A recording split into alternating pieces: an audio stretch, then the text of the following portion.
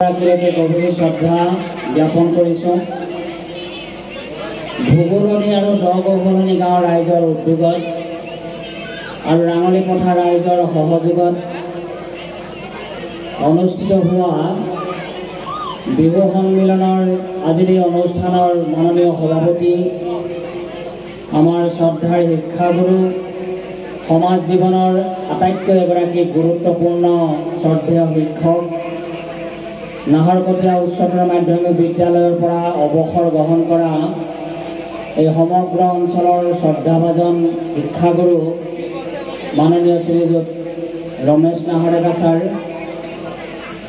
আজিৰ এই অনুষ্ঠানত উপস্থিত থকা আমাৰ নাহৰকটীয়া অঞ্চলৰ এগৰাকী সমাজকৰ্মী ভাতৃ শৈলেন মন্ত্ৰী ডাঙৰীয়া, উদযাপন সমিতিৰ মাননীয় সভাপতি শ্ৰী জয়ন্তী শইকীয়া ডাঙৰীয়া, পবিত্ৰ সোণোৱাল কাৰ্যকৰী সভাপতি ডাঙৰীয়া, নৱজ্যোতি হাজৰিকা সম্পাদক মহোদয়, পুলক সোণোৱাল সভাপতি, কেৰেশ্বৰ সোণোৱাল সম্পাদক, ভোগোলনি গাঁও যুৱ সংঘ আৰু সন্মুখৰ আসনত আসন অলংকৃত কৰা শ্ৰদ্ধেয় বিহুপ্ৰেমী ৰাইজ, আইসকল, জ্যেষ্ঠসকল, মৰমৰ বিহুৱাসকল, বিহুৱতীসকল, এই অনুষ্ঠানটো প্ৰধানকৈ উচ্চতৰ মাধ্যমিক শিক্ষান্ত পৰীক্ষা আৰু হাইস্কুল শিক্ষান্ত পৰীক্ষাত সুখ্যাতিৰে উত্তীৰ্ণ হোৱা এই গাঁও দুখনৰ প্ৰতিভাৱান ছাত্ৰ ছাত্ৰীসকলক সম্বৰ্ধনা জনোৱাৰ বাবে আয়োজন কৰা হৈছে। আৰু এই অনুষ্ঠানটোলৈ মোক দুআষাৰমান কথা কোৱাৰ কাৰণে আমন্ত্ৰণ কৰা হৈছে। তাৰ বাবে মই উদযাপন সমিতিৰ মাননীয় বিষয়ববীয়াসকললৈ ধন্যবাদ আৰু কৃতজ্ঞতা জনাইছোঁ। আচলতে বহাগৰ সামৰণি অনুষ্ঠান, বহাগী বিদায় অনুষ্ঠান, বহাগী বিদায়ৰ এই অনুষ্ঠানত শেহতীয়াকৈ হ'লেও মই আপোনালোক প্ৰতিগৰাকীলৈকে বিহুৰ অভিনন্দন জ্ঞাপন কৰিছোঁ, শুভেচ্ছা জ্ঞাপন কৰিছোঁ আৰু জ্যেষ্ঠসকললৈ বহাগৰ ওলগ জ্ঞাপন কৰিছোঁ। বহাগ আচলতে সমগ্ৰ অসমীয়া জাতিৰ বিভিন্ন ভাষা ভাষী ধৰ্মাৱলম্বী লোকেৰে নিৰ্মাণ হোৱা, বৰ অসমৰ ভেটিত প্ৰতিষ্ঠা হোৱা, শ্ৰমজীৱী কৃষিজীৱী মানুহৰ শ্ৰমৰ বুকুচাত ডাঙৰ দীঘল হোৱা এই বহাগে অসমীয়া মানুহৰ প্ৰতিজন মানুহৰ প্ৰাণৰ কথা কয়, হৃদয়ৰ কথা কয়, শক্তি প্ৰদান কৰে, জীয়াই থকাৰ প্ৰেৰণা যোগায়। আৰু সেইবাবেই আমাৰ সংস্কৃতিৰ বৰ খুঁটা, মূল খুঁটা হিচাপে আমাৰ সংস্কৃতিক যদি আমি গণ্য কৰিব খোজোঁ, আমাৰ জাতীয় উৎসৱ বহাগ বিহুকেই প্ৰধান হিচাপে আমি যুগ যুগ ধৰি গ্ৰহণ কৰি আহিছোঁ। অসমীয়া জাতিৰ এই বহাগৰ মাদকতাই, বহাগৰ আনন্দই মানুহৰ মাজত বিৰাট এক ঐক্য, বিৰাট এক সমন্বয় প্ৰতিষ্ঠা কৰাৰ কাৰণে যুগ যুগ ধৰি প্ৰেৰণা যোগাই আহিছে। বহাগৰ যি এক অফুৰন্ত মাদকতা আছে, সুবাস আছে, বহাগে প্ৰতিজন মানুহৰ কাষলৈ ইজনে সিজনক ওচৰলৈ চপাই নিয়ে। আমাৰ মাজত যদি কেনেবাকৈ কাৰোবাৰ মাজত মনোমালিন্য আছিল, মাত বোলো যদি কেনেবাকৈ নাছিল, বহাগৰ এনেকুৱা এক বিৰাট শক্তি আছে, যি শক্তিয়ে আমাক ইজনৰ ওচৰলৈ সিজনক আগবঢ়াই লৈ যায় আৰু মিলা প্ৰীতিৰে বসবাস কৰাৰ কাৰণে, একেলগতে আগবাঢ়ি যোৱাৰ কাৰণে প্ৰেৰণা যোগায়। মূলতঃ শ্ৰমজীৱী মানুহৰ বুকুচাত, কৃষকৰ বুকুচাত, পথাৰত আলিবাটৰ কেঁকুৰিত আহঁত গছৰ তলত বৰ গছৰ তলত আম গছৰ তলত বাঁহ গছৰ তলত বিহু আৰম্ভ হৈছিল। আৰু আপোনালোক সকলোৱে জানে যে মানুহৰ সভ্যতা আৰম্ভ হোৱাৰ লগে লগে সভ্যতাৰ বিকাশ হোৱাৰ লগে লগে মানুহে নতুন নতুন চিন্তা ভাৱনাৰ জৰিয়তে সমাজ জীৱনৰ প্ৰগতিক আগুৱাই লৈ যাবৰ কাৰণে সক্ষম হৈছিল। আমিও হয়তো এটা সময়ত বস্ত্ৰৰ অভাৱত ভুগিছিলোঁ, খাদ্যৰ অভাৱত ভুগিছিলোঁ, বস্ত্ৰৰ নামত হয়তো গছৰ বাকলি আমি পৰিধান কৰিছিলোঁ। এই আদিম যুগত যুগ যুগ বছৰৰ পূৰ্বে আমি হয়তো তেনেদৰে বসবাস কৰিছিলোঁ আৰু কালক্ৰমত মানুহে সাজ পিন্ধিবলৈ আৰম্ভ কৰিলে, মানুহে ফল মূল খাই জীৱন নিৰ্বাহ কৰিছিল। পৰৱৰ্তী সময়ত মানুহে খেতি কৰিবলৈ আৰম্ভ কৰিলে। এই যে ফল মূল খাই মানুহে জীৱন নিৰ্বাহ কৰাৰ সময়ছোৱাত গছৰ ফল খাই মানুহে হয়তো পথাৰলৈ সেই গুটি পেলাই দিছিল আৰু এটা সময়ত শস্য শ্যামলা হৈ পৃথিৱীখন পথাৰখন সেউজীয়া হৈ পৰিছিল আৰু মানুহে হয়তো তেতিয়াই ক'ব নোৱাৰাকৈ কোনোবাই আনন্দত চিঞৰ এটা মাৰিছিল, কোনোবাই হয়তো কিবা এষাৰ গাইছিল, কোনোবাই হয়তো উকি এটা মাৰিছিল আনন্দত মতলীয়া হৈ। আৰু তেতিয়াই হয়তো লাহে লাহে পৰ্যায়ক্ৰমে বিহু আৰম্ভ হ'ল, জেং বিহু আৰম্ভ হ'ল, হুঁচৰি আৰম্ভ হ'ল, নাচ আৰম্ভ হ'ল। আনন্দত মতলীয়া হৈ থকা বহাগৰ সেই প্ৰকৃতিৰ সৌন্দৰ্যই গছে বনে কুঁহিপাত মেলি প্ৰকৃতিখনক সৌন্দৰ্যশালী কৰি তুলিলে। বিভিন্ন ফুলেৰে জাতিষ্কাৰ হৈ আমাৰ প্ৰকৃতিখনক সুগন্ধ বিলালে। এনে পবিত্ৰ সময়ত বহাগে নহাজেৰে মানুহৰ মাজলৈ আগবাঢ়ি আহিল।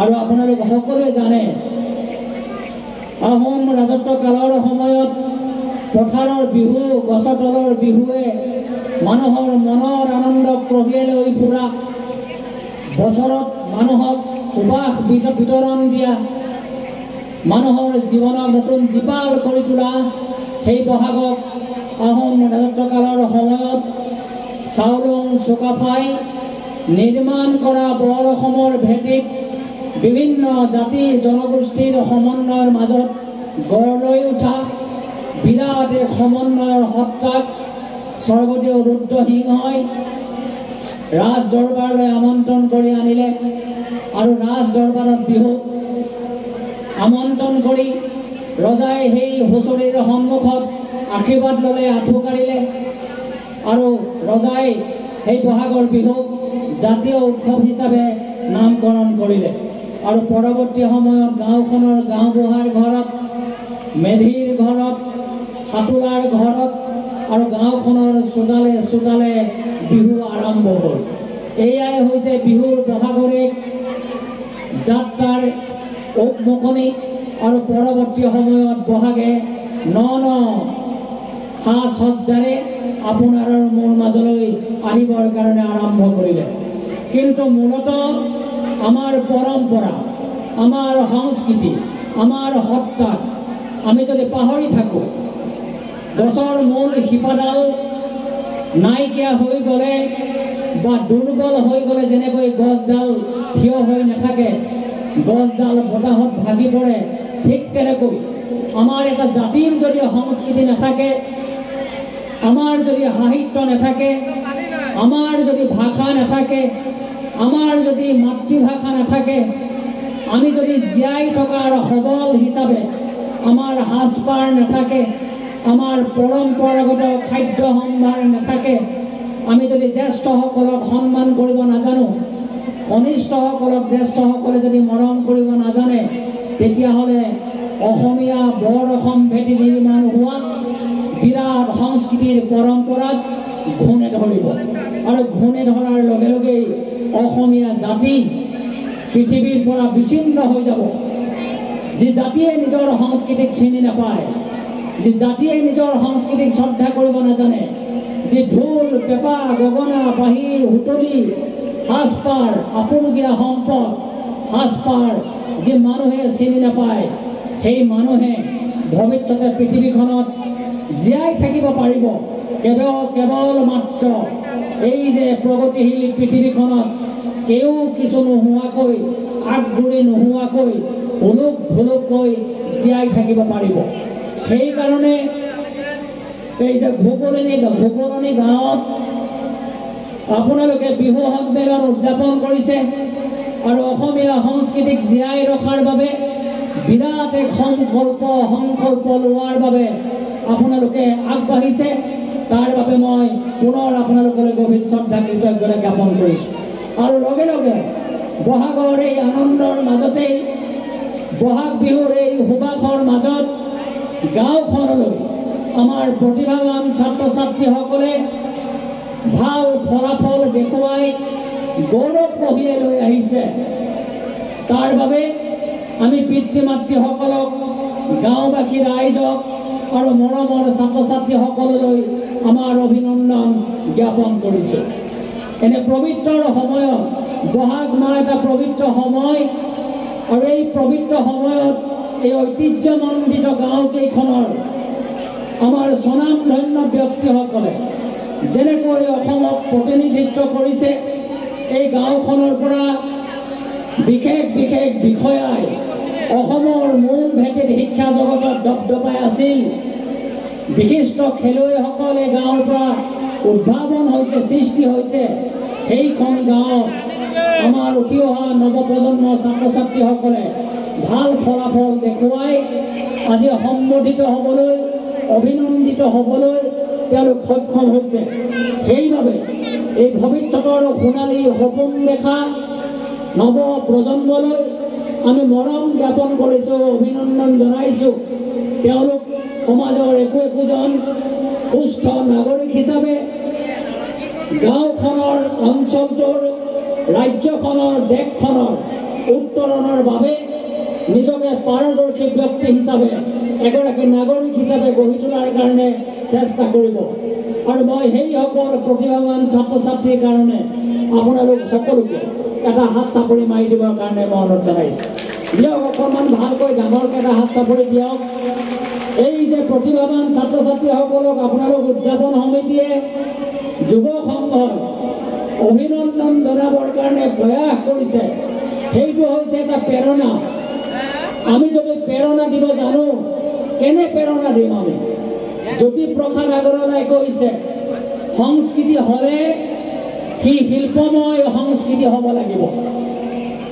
মাতৃ স্নেহৰ বুকুচাত, মাতৃ স্নেহৰ কোলাত যেনেকৈ শিশু এজন ডাঙৰ হৈ আমাৰ সমাজ জীৱনলৈ বিৰাট এক সোণালী সপোন কঢ়িয়াই আনিবলৈ সক্ষম হয়, সেই উমাল মৰম, উমাল সান্নিধ্য আমাৰ গাঁওখনত বসবাস কৰি থকা ৰাইজে, অঞ্চলটোৰ ৰাইজে, স্বনামধন্য শিক্ষাগুৰুসকলে সেই উঠি অহা ভৱিষ্যতৰ প্ৰজন্মক এক শিল্পময় চেতনাৰে আগবাঢ়ি যোৱাৰ বাবে প্ৰেৰণা যোগাব লাগিব। যদি ফুফুলা হয়, চিন্তা ভাৱনা যদি ফুফুলা হয়, আমাৰ দিগন্ত যদি ফুফুলা হয়, আমাৰ কল্পনা যদি ভাহি ফুৰা ধৰণৰ হয়, আমাৰ কৰ্মত যদি গভীৰ পুতন নাথাকে, শিপা যদি আমি চিনি নাপাওঁ আৰু শিপাৰ সৈতে পৰিচয় কৰোৱাই দিয়াৰ বাবে জ্যেষ্ঠসকলে যদি কোনো চেষ্টা নকৰে, তেতিয়াহ'লে এই উঠি অহা ভৱিষ্যতৰ প্ৰজন্মই সঠিক পথৰ সন্ধান নাপাব, সঠিক পথ বিচাৰি নাপাব। আমাক ধন টকা পইচা নালাগে, আমাক কি লাগে? চৰিত্ৰ লাগে। কেনেকুৱা চৰিত্ৰ লাগে? চাৰিত্ৰিক বৈশিষ্ট্যৰে, সুস্থ চাৰিত্ৰিক বৈশিষ্ট্যৰে, মানৱীয় প্ৰমূল্যবোধেৰে জীৱনক মহিয়ান কৰি তোলাৰ বাবে আমাৰ মৰমৰ ছাত্ৰ ছাত্ৰীসকলে নিজক আগবঢ়াই লৈ যাব লাগিব। এতিয়া মানুহে আদৰ্শ বিচাৰি হাবাথুৰি খাব লগা হয়। আমাৰ গাঁৱৰ এটা নামঘৰলৈ আপোনালোকে যদি এটা সেৱা কৰে, মনটো কিমান পবিত্ৰ লাগে। অথচ আজিৰ ভৱিষ্যতৰ প্ৰজন্মই আদৰ্শ বিচাৰি, ভাল মানুহ বিচাৰি, পথৰ সন্ধান বিচাৰি আমি হাবাথুৰি খাই থাকিব লগা হয়। কিয়? সমাজত কেতিয়াবা এনে নিম্ন মানদণ্ডৰ কাম কিছুমান হয়, এনে কিছুমান নকৰিবলগীয়া কাম আমাৰ সমাজত বসবাস কৰি থকা জ্যেষ্ঠসকলে আমি কৰিবৰ কাৰণে চেষ্টা কৰোঁ। আমি আদৰ্শ কেনেকৈ দেখুৱাম ভৱিষ্যতৰ প্ৰজন্মক। সেইকাৰণে বিখ্যাত মনস্তাত্ত্বিক সমালোচকসকলে কৈছে যে মানুহক অনুকৰণ কৰাটো এটা কঠিন কাম। কেনে মানুহক আপুনি আৰু মই অনুকৰণ কৰিবলৈ পৰামৰ্শ দিম ছাত্ৰ ছাত্ৰীসকলক? কেনে মানুহক, কেনে আদৰ্শৱান মানুহক আমি অনুকৰণ কৰিবলৈ দিম? কাৰণ যিজন মানুহক আপুনি আৰু মই শ্ৰদ্ধা ভক্তি কৰি আছোঁ, তেওঁ আচলতে ভিতৰখন ফুফুলা, তেওঁ ভিতৰখনত আচলতে আদৰ্শটো তেওঁ ৰক্ষা কৰিব পৰা নাই।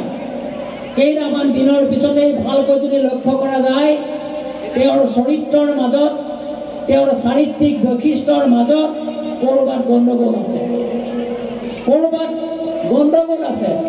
সমাজখনৰ প্ৰকৃত মংগলৰ কাৰণে তেওঁ কাম কৰা নাই। যদিও আমি নিজকে শিক্ষক বুলি কৈছোঁ, আমি আচলতে সঁচা অৰ্থত শিক্ষক হ'ব পাৰিছেনে নাই? এই অকল মাননীয় স্বনামধন্য শিক্ষাগুৰুৱে গোটেই জীৱন ছাত্ৰ ছাত্ৰীসকলক শিক্ষা প্ৰদান কৰি জীৱন অতিবাহিত কৰিলে। আমাৰ গোপাল নাহৰ ডেকা ছাৰৰ দৰে বিদগ্ধ সংস্কৃতিমান পণ্ডিতে গোটেই জীৱন শিক্ষকতা কৰি ছাত্ৰ ছাত্ৰীসকলৰ কাৰণে জীৱন উৎসৰ্গা কৰিলে। সেইসকল মহান শিক্ষকক বাদ দিও আমি এটা কথা ক'ব পাৰোঁ যে আমি কিমানজন মানুহে, কিমানজন উঠি অহা শিক্ষকে প্ৰকৃতাৰ্থত শিক্ষকৰ আদৰ্শ, শিক্ষকৰ দায়িত্ব, শিক্ষকৰ কৰ্তব্য আমি আচলতে নীতিনিষ্ঠভাৱে, আদৰ্শগতভাৱে সমাজত প্ৰতিষ্ঠিত হোৱাকৈ আমি পালন কৰিব পাৰিছোঁ। এই প্ৰশ্ন আজি উঠি অহা ল'ৰা ছোৱালীবিলাকে ভাবে, এই প্ৰশ্ন আজিকালি উঠি অহা ল'ৰা ছোৱালীবিলাকৰ মনলৈ আহে, কোনটো সঁচা, কোনটো মিছা। যেতিয়া টিভিত এটা নিউজ, এটা বাতৰি আমাৰ নৱপ্ৰজন্মৰ ছাত্ৰ ছাত্ৰীসকলে চাই থাকে, চাই থকাৰ পাছত বিভ্ৰান্তিকৰ কথাবিলাকে তেওঁলোকৰ মন মগজুবিলাকত ক্ৰিয়া কৰে। এই যে এটা টিভিত কয় এটা কথা, আকৌ এটা টিভিত কয় এটা কথা, এটা টিভিয়ে কয় সঁচা কথা, এটা টিভিয়ে কয় মিছা কথা, এটা টিভিয়ে কয় আমুক ভাল, এটা টিভিয়ে কয় আমুক বেয়া। একেজন মানুহকে মানুহে ভাল বেয়া দৃষ্টিভংগীৰে নিজৰ নিজৰ স্বাৰ্থত ব্যৱহাৰ কৰে। তেতিয়াহ'লে এই যে ফুল কোমলীয়া ছাত্ৰ ছাত্ৰীসকলৰ মন আৰু মগজুক স্থিৰ গতিৰে আগবাঢ়ি যাবৰ বাবে আমি কেনেধৰণে পৰামৰ্শ দিম? সেইকাৰণে মই মৰমৰ ছাত্ৰ ছাত্ৰীসকলক অনুৰোধ কৰিব খোজোঁ, ভাল মানুহ বুলি নিৰীক্ষণ নকৰাকৈ, অনুসন্ধান নকৰাকৈ, পৰীক্ষা নিৰীক্ষা নকৰাকৈ আদৰ্শটো প্ৰতিষ্ঠা লাভ কৰা আদৰ্শটো অকণমান পৰীক্ষা নিৰীক্ষা নকৰাকৈ, অবজাৰ্ভেশ্যন নকৰাকৈ কোনো মানুহক আপোনালোকে আদৰ্শ দেখি অনুকৰণ নকৰিব। এইটো কেৱল এটা নিজা দৃষ্টিভংগীৰে চোৱা বস্তু নহয়। সমাজখনত পৰিস্ফুট হৈ থকা আপুনি মই দেখি অহা প্ৰকৃত ছবিখনক অনুসন্ধান কৰিবলৈ হ'লে এটা সূক্ষ্ম দৃষ্টিভংগী প্ৰতিজন মানুহক প্ৰয়োজন হ'ব। মই যদি আপোনাক একেবাৰে সূক্ষ্মকৈ চোৱাৰ কাৰণে যত্ন কৰোঁ আৰু আপোনালোকেও যদি মোক একেবাৰে সূক্ষ্মকৈ চোৱাৰ কাৰণে পৰ্যবেক্ষণ কৰে, তেতিয়াহ'লে গম পাব যে মই আচলতে প্ৰকৃততে সমাজৰ ভাল মানুহ হয়নে নহয়, মই আচলতে ভাল এজন শিক্ষক হয়নে নহয়, মই আদৰ্শৱান মানুহ হয়নে নহয়। এই যে গুণেৰে গুণান্বিত হৈ থকা মানুহৰ চিন্তা চেতনাৰ মাজত পৃথিৱীখন সমৃদ্ধশালী হৈ উঠে। তোমাৰ গাত গুণ থাকিবই লাগিব, তুমি গুণেৰে গুণান্বিত হ'বই লাগিব, তুমি সমাজখনৰ কাৰণে ভাল কাম কৰিবই লাগিব। আলিবাটৰ শিলগুটি খোৱা ইঞ্জিনিয়াৰ কেইজনক আমি ভাল মানুহ বুলি নকওঁ। কিতাপ পত্ৰ কিনিবলৈ অহা পইচাখিনি খাই পেলোৱা প্ৰিন্সিপাল কেইটাক, প্ৰধান শিক্ষক কেইটাক ভাল মানুহ বুলি আমি নকওঁ। আলিটো বনাবলৈ অহা গোটেই পইচাখিনি খাই পেলোৱা মানুহজনক ভাল মানুহ বুলি আমি নকওঁ। তেতিয়াহ'লে আমি কাক ভাল মানুহ হিচাপে আগত আমি দাঙি ধৰিম? সেইকাৰণে এই কথাবিলাকক আয়ত্ত কৰিবৰ কাৰণে মহান মহান সমালোচকসকলে এটা কথা কৈছে যে কণ ছাত্ৰ ছাত্ৰীসকলক মহৎ লোকসকলৰ আত্মজীৱনী পঢ়িবৰ কাৰণে অনুপ্ৰাণিত কৰিব লাগিব। এই যে যিসকল আমাৰ মাজত মহৎ লোক আছেনে নাই? শ্ৰীমন্ত শংকৰদেৱ, মাধৱদেৱ, জ্যোতিপ্ৰসাদ আগৰৱালা, বিষ্ণু ৰাভা বা মহৎ মহৎ যিবিলাক বিজ্ঞানী, মহৎ মহৎ যিবিলাক সাহিত্যিক, মহৎ মহৎ যিবিলাক লোক, লক্ষ্মীনাথ বেজবৰুৱা, পদ্মনাথ গোহাঁই বৰুৱা বা নলিনীবালা দেৱী বা অন্যান্য যিসকল মহৎ মহৎ ব্যক্তি আমাৰ সমাজত আছে, সাহিত্যিক আছে, পণ্ডিত আছে, শিক্ষাগুৰু আছে, এইসকলৰ জীৱনৰ প্ৰতি তোমালোকে লক্ষ্য কৰিব লাগিব। তেওঁলোকে কিমান কষ্ট কৰি নিজৰ জীৱনটোক আগবঢ়াই লৈ গৈ সমাজখনৰ কাৰণে, দেশখনৰ কাৰণে তেওঁলোকে নিজৰ জীৱনক উৎসৰ্গা কৰিছে। মই বিশেষ আপোনালোকক আৰু আমনি নকৰোঁ। এটা কথা কিন্তু আপোনালোকক নিশ্চয় ক'বই লাগিব, আজিৰ এই অনুষ্ঠানটোৰ জৰিয়তে আমাৰ মৰমৰ ছাত্ৰ ছাত্ৰীসকলে আগবাঢ়ি যোৱাৰ বাবে নতুন এটা প্ৰেৰণা পাব। কেতিয়াও কোনো ছাত্ৰ ছাত্ৰীয়ে মই 3rd ডিভিজনত পাছ কৰিছোঁ, মই 2nd ডিভিজনত পাছ কৰিছোঁ, মই 1st ডিভিজনত পাছ কৰিছোঁ, এনে কথাৰে ভাবি নিজৰ মনটো মনোকষ্ট আৰু দিব নালাগে, ঘৰখনেও মনোকষ্ট দিব নালাগে। তেওঁলোকৰ যিটো ৰিজাল্ট হ'ল, সেই ৰিজাল্টৰ পৰা যাতে আৰু উত্তৰণ ঘটাবৰ কাৰণে তেওঁলোক সক্ষম হয়, তাৰ কাৰণে আপোনালোকে প্ৰেৰণা দিয়াৰ যত্ন কৰক, তাৰ কাৰণে আপোনালোকে আশীৰ্বাদ দিবৰ কাৰণে যত্ন কৰক। 3rd ডিভিজন পোৱা ল'ৰাজনে অহা বৰ্ষত 2nd ডিভিজন পাব বা 1st ডিভিজন পাব, 2nd ডিভিজন পোৱাজনে 1st ডিভিজন পাব বা লেটাৰ পাব, 1st ডিভিজন পোৱাজনে আৰু 1st ডিভিজন পাই আৰু 5টা ছাবজেক্টত লেটাৰ পাব। এনে এক প্ৰেৰণা, এনে এক চেতনা আজি যদি এই বিহু মণ্ডপৰ পৰা আপোনালোকে বাৰ্তাটো লৈ যাব পাৰে, তেতিয়াহ'লে এই উঠি অহা উজ্জ্বল ভৱিষ্যতৰ সোণালী সপোন দেখি তেওঁলোকৰ জীৱনৰ মাৰ্গক তেওঁলোকে আগবঢ়াই লৈ যোৱাৰ বাবে কি গভীৰ প্ৰতিজ্ঞাত তেওঁলোক আজি উপলব্ধ হ'ব। আৰু তেতিয়াহে এইসকল ছাত্ৰ ছাত্ৰীয়ে গভীৰ এটা চেতনাৰে, গভীৰ এটা দৰ্শনৰ মাজেৰে, গভীৰ আত্মপ্ৰত্যয়েৰে আগবাঢ়ি যোৱাৰ বাবে তেওঁলোক সক্ষম হ'ব। মই আপোনালোক সকলোকে প্ৰাৰ্থনা জনাইছোঁ, আমাৰ এই সমগ্ৰ অঞ্চলৰ ছাত্ৰ ছাত্ৰীসকলক শৈক্ষিক দিশেৰে মানুহ কৰাৰ দায়িত্ব গাঁওবাসী ৰাইজে, সমাজখনে কেৱল আনন্দৰ মাজত আত্মহাৰা হৈ থাকিলে নহ'ব। গাঁওখনৰ মানুহে শৈক্ষিক দিশত ছাত্ৰ ছাত্ৰীসকলৰ উত্তৰণ সম্ভৱ কৰি তুলিবই লাগিব। আৰু প্ৰধানকৈ আমাৰ ছোৱালীসকলে পঢ়িবই লাগিব, তাৰ কোনো গত্যন্ত নাই। ছোৱালীসকলে নিজকে আত্মসংস্থাপিত কৰিবই লাগিব। অকল নিজেই আত্মসংস্থাপন হোৱা নহয়, আৰু 10গৰাকী ছাত্ৰ ছাত্ৰীক, 10গৰাকী নিবনুৱা মানুহক ভৱিষ্যতৰ সময়ত মই আত্মসংস্থাপন দিম, এনে বহল প্ৰতিজ্ঞা আমাৰ ছাত্ৰ ছাত্ৰীসকলৰ মনত গভীৰভাৱে সোমোৱাই দিবৰ বাবে আপোনালোক সকলোৱে ডাঙৰকৈ এটা হাত চাপৰি দিয়ক। নিদিয়ে নেকি? ডাঙৰকৈ এটা হাত চাপৰি দিয়ক।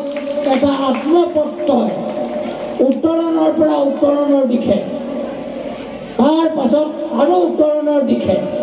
আমাৰ লাইট নথকা গাঁৱৰ পৰা গৈ মাটি চাকিত পঢ়া ল'ৰাই ষ্টেণ্ড কৰিছে, মাটি চাকি জ্বলাই জ্বলাই পঢ়ি থকা ল'ৰাই ষ্টেণ্ড কৰিছে, বাপেকে ঠেলা চলায়, বাপেকে ৰিক্সা চলায়, তেনে ল'ৰা ষ্টেণ্ড কৰিছে। লাইট নথকা গাঁৱৰ পৰা গৈ আমেৰিকাত চাইণ্টিষ্ট হৈছে ডক্টৰ ৰুবুল মাউত। ডক্টৰ ৰুবুল মাউত যে মোৰতো এটা সপোন আছিল, কিতাপখন পঢ়িব আপোনালোকে। মোৰ দেউতাৰ বায়েকৰ ল'ৰা ৰুবুল মাউতৰ ঘৰ টঙনা গাঁও, লাইট নাই, আলি নাই, পদূলি নাই। সেই ৰুবুল মাউত আমেৰিকাৰ বিখ্যাত বিজ্ঞানী, পৃথিৱীৰ এতিয়া বিখ্যাত বিজ্ঞানী হ'বলৈ গৈ আছে, গম পাইছে নাই? গতিকে সেইকাৰণে আমাৰ এই গাঁওখনৰ পৰাও আমাৰ মৰমৰ ছাত্ৰ ছাত্ৰীসকলে অঞ্চলটো জিলিকাই তুলিব, ৰাজ্যখন জিলিকাই তুলিব, দেশখন জিলিকাই তুলিব, সমগ্ৰ বিশ্ব জিলিকাই তুলিব। মই পুনৰ আপোনালোক সকলোকে গভীৰ শ্ৰদ্ধা, কৃতজ্ঞতা জ্ঞাপন কৰি মই ক'ব লগা দুআষাৰ সামৰণি মাৰিছোঁ। ধন্যবাদ।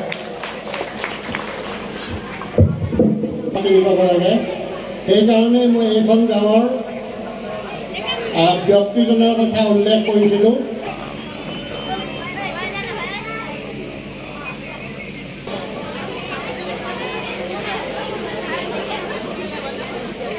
এখন ফুলাম গামোচাৰে সম্বৰ্ধনা জনাব আমাৰ গাঁৱৰে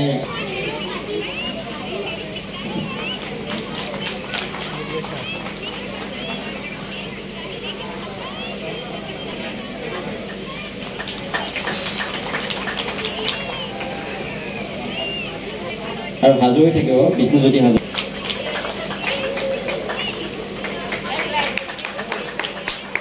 সাজু হৈ থাকিব পল্লৱী সোণোৱাল ডাঙৰকৈ হাত চাপৰ্টা মাৰিব তেতিয়াহে ভাল পাব আমি সম্বৰ্ধনা জনাবলৈ বিচাৰিছোঁ পল্লৱী সোণোৱাল আৰু সাজু হৈ থাকিব জিজ্ঞাসী গোহাঁই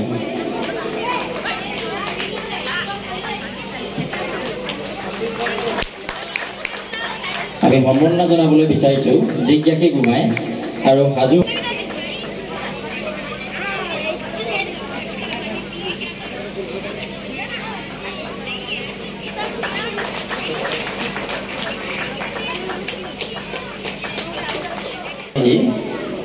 নাহৰকটীয়া মহাবিদ্যালয়ৰ অধ্যক্ষ ডক্টৰ জ্যোতিপ্ৰসাদ কোঁৱৰ ছাৰকো এখন ফুলাম গামোচাৰে আদৰণি জনাবলৈ আমাৰ উদযাপন সমিতিৰ বিষয়ববীয়াসকলক অনুৰোধ জনাম